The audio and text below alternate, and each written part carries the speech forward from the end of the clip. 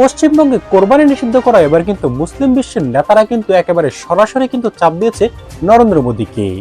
ভারতে ঈদুল আজহা ঘিরে কোরবানির অধিকার প্রশাসনিক কড়াকড়ি। বিশ্বে একাধিক শক্তিশালী দেশ নাকি দিল্লিকে কড়া বার্তা দিচ্ছে। আরব বিশ্বের এক ডজন শক্তিশালী রাষ্ট্র একযোগে এমন এক চরমপত্র পাঠিয়েছে মোদী সরকারের কাছে, যা ভারতের পুরো অর্থনীতিকে মুহূর্তের মধ্যে গুড়িয়ে দিতে পারে। তবে কি শেষ মুহূর্তে এসে আন্তর্জাতিক বাণিজ্য আর অস্তিত্ব টিকিয়ে রাখার সাথে ভারতের মুসলিমদের কুরবানি দেওয়ার ক্ষেত্রে আর কোনো বাধাই রাখছে না প্রশাসন?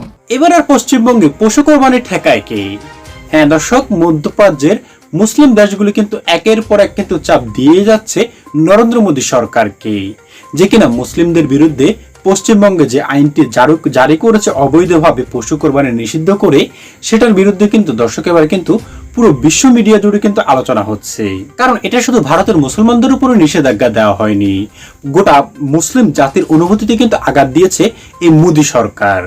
আর যার ফলে কিন্তু দর্শক এবার বিশ্ব মিডিয়াতে কিন্তু এই খবরটি কিন্তু একেবারে কিন্তু ভারতের মতো কিন্তু ছড়িয়ে পড়ছে। আর সেই প্রেক্ষিতেই কিন্তু এবার কিন্তু মুসলিম দেশগুলি কিন্তু নরেন্দ্র মোদী সরকারকে কিন্তু একের পর এক কিন্তু চাপ দিয়ে যাচ্ছে। আর যার ফলশ্রুতিতে এবার কোরবানি তো চালু হচ্ছেই পশ্চিমবঙ্গে, সঙ্গে কিন্তু এই মোদী সরকারকে কিন্তু দর্শক কঠিন একটা কিন্তু ফল ভোগ করতে হবে। কারণ এতদিন যাবৎ যে একটা সমর্থন ছিল বিজেপি সরকারের দর্শক, এই আইনটি চালু করার পর থেকেই কিন্তু হিন্দু মুসলিম ভেদাভেদে কিন্তু সকল শ্রেণীর লোকে কিন্তু এই মোদীর বিরুদ্ধে অর্থাৎ মোদীর সরকারের বিরুদ্ধে কিন্তু দর্শক নানা রকম সমালোচনা করে কিন্তু মোদীর সরকারের কিন্তু অবিলম্বে কিন্তু পদত্যাগ চাচ্ছিল। আর যার ফলে এটাই কিন্তু স্পষ্ট হয়ে যায় যে নরেন্দ্র মোদী কিন্তু এই বিতর্কিত আইনগুলির ফলে কিন্তু সামনের দিনগুলিতে কিন্তু ক্ষমতায় আসতে পারবে কিনা সেটাই কিন্তু বলা মুশকিল এই মুহূর্তে। সম্মানিত দর্শক শ্রোতা, বিশ্ব নেতারা কি বলছেন এই পশ্চিমবঙ্গের কোরবানি নিয়ে এবং নরেন্দ্র মোদীকে কি কি চাপ দেওয়া হয়েছে দর্শক, সেটার বিস্তারিত আমাদের আজকের এই খুবই গুরুত্বপূর্ণ ভিডিওটিতে দেখতে পাবেন। তাই আপনার কাছে অনুরোধ থাকবে দর্শক, একটু স্কিপ না করে সম্পূর্ণ ভিডিওটি একেবারে শেষ পর্যন্ত দেখবেন। তাহলে চলুন সম্মানিত প্রিয় দর্শক, আগে আপনাকে সেই মূল ভিডিওটি দেখিয়ে নিয়ে আসি, তারপর আরো আলোচনা করবো আমরা। হঠাৎ করে এমন একটি আলোচনার সামনে এসেছে যেটাকে শুধু ধর্মীয় বিতর্ক বলেই পাশ কাটানো যাচ্ছে না।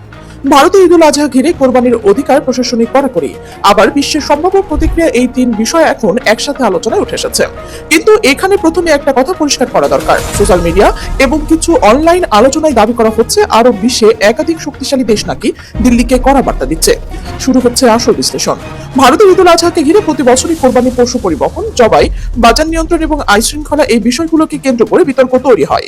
কিছু রাজ্যে প্রশাসনের কড়াকড়ি বাড়ে, কিছু এলাকায় পশু পরিবহনে বাধা, কাগজপত্র যাচাই বা স্থানীয় স্তরের উত্তেজনা খবরও সামনে আসে। এই বছরে একই ধরনের আশঙ্কা ঘিরে আলোচনা শুরু হয়েছে। বিশেষ করে এমন গুঞ্জন ছড়িয়েছে যে মুসলিম ধর্মীয় অধিকার সীমিত করার চেষ্টা হলে মধ্যপ্রাচ্যের কিছু দেশে নীরব থাকবে না।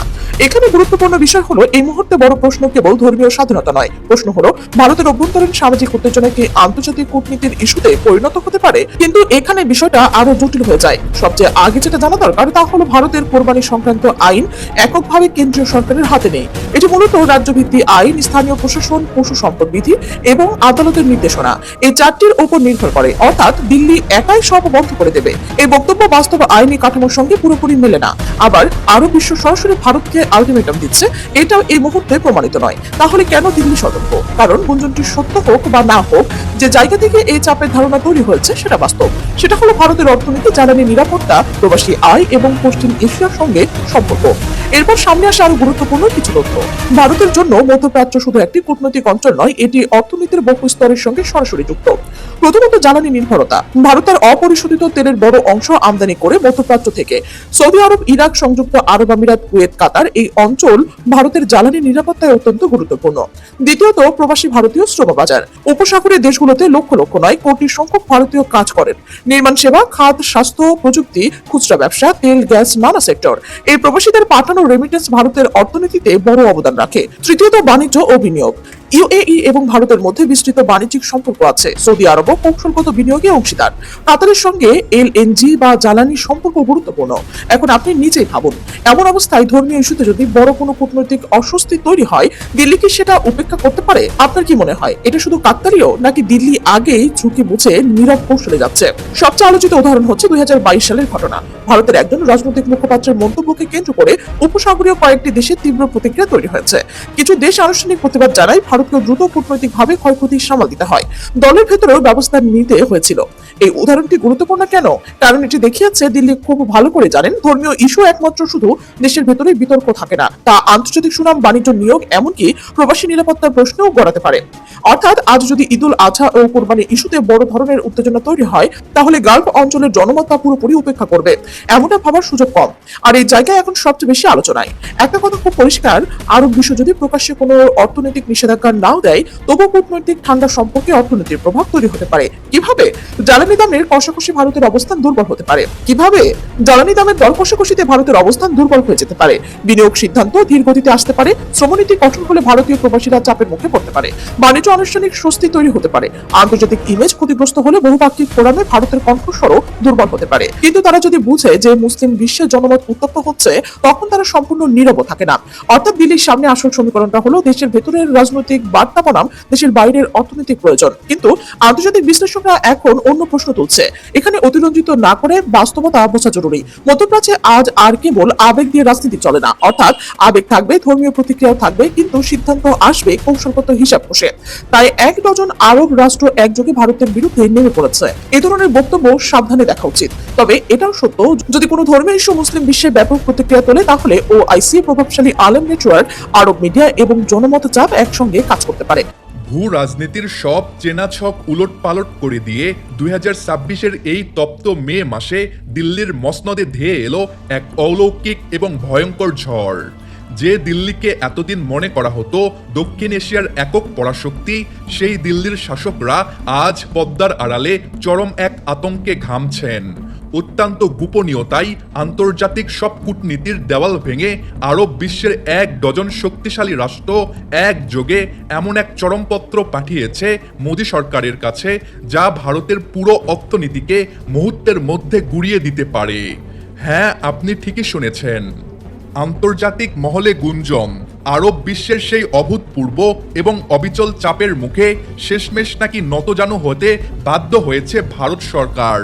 কিন্তু কেন মরুভূমির সুলতানরা হুট করে দিল্লির উপর এতটা ক্ষুব্ধ হলেন? উত্তর লুকিয়ে আছে আসন্ন ঈদুল আজহা এবং মুসলিমদের কুরবানি দেওয়ার অধিকারের ভেতরে। ভারতের কোটি কোটি মুসলিমদের কুরবানি দেওয়া নিয়ে যখন চারদিকে চরম অনিশ্চয়তার মেঘ, ঠিক তখনই পাশাদ্দান উল্টে দিয়ে রিয়াদ থেকে আবুধাবি এক হয়ে গর্জে উঠেছে পুরো আরব বিশ্ব। প্রশ্ন জাগে, হঠাৎ এমন কি ঘটেছিল যার কারণে আরব বিশ্বকে ভারতের অভ্যন্তরীণ বিষয়ে এতটা কঠোর অবস্থান নিতে হলো? দীর্ঘদিন ধরে ভারতের বিভিন্ন প্রান্তে কুরবানিকে কেন্দ্র করে যে তীব্র উত্তেজনা ও নিষেধাজ্ঞা জারি করার চেষ্টা করা হচ্ছিল, তা হয়তো এবার আর মুখ বুঝে সহ্য করেনি মধ্যপ্রাচ্যের তেল সাম্রাজ্য।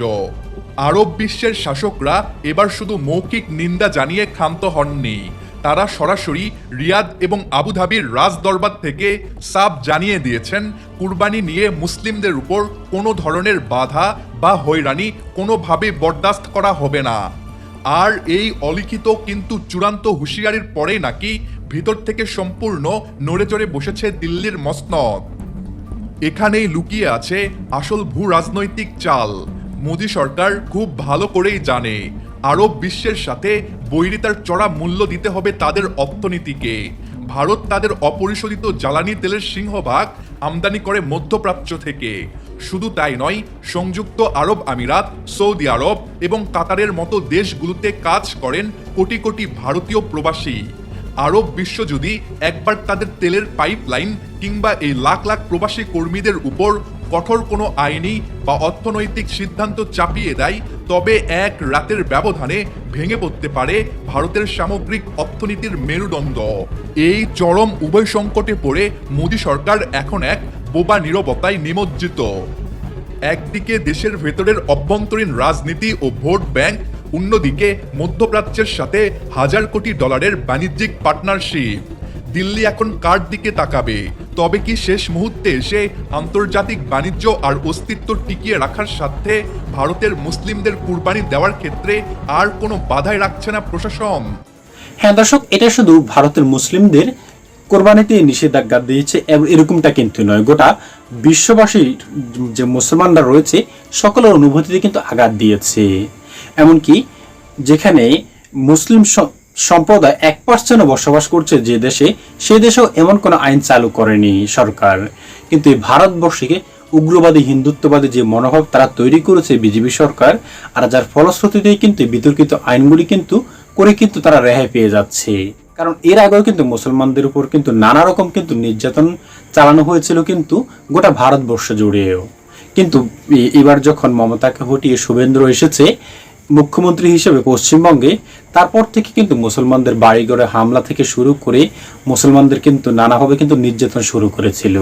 আর সর্বশেষ আসন্ন ঈদুল আজহাকে কেন্দ্র করে কিন্তু যে বিতর্কিত আইনগুলি পাশ করেছে সেটা নিয়ে কিন্তু সরগরম গোটা পশ্চিমবঙ্গ থেকে শুরু করে গোটা ভারতবর্ষ। সকলে এখন এই শুভেন্দ্র পদত্যাগ চাচ্ছেন, এমনকি বিজেপি সরকারের বিরুদ্ধে কিন্তু প্রতিবাদ গড়ে তুলছেন। যেমনটা কিন্তু দর্শক আপনারা ভিডিওতে কিন্তু দেখতে পেয়েছেন যে কি কি কারণগুলোতে কোরবানি নিষিদ্ধ করেছে এবং কি কি কারণগুলোতে এখন যে নিজের চালে কিন্তু ভুল করে কিন্তু বিজেপি সরকার এখন কিন্তু এটার জন্য পস্তাতে হচ্ছে তাদেরকে। সম্মানিত দর্শক শ্রোতা, রিপোর্টগুলি দেখার পর এ সম্পর্কে আপনার মতামত কি সেটা অবশ্যই আমাদের কমেন্ট বক্সে লিখবেন, কারণ আপনাদের এই এক লাইনের মতামত দর্শক আমাদের কাছে অনেকটাই গুরুত্বপূর্ণ। ভালো থাকবেন দর্শক, আজ এ পর্যন্তই।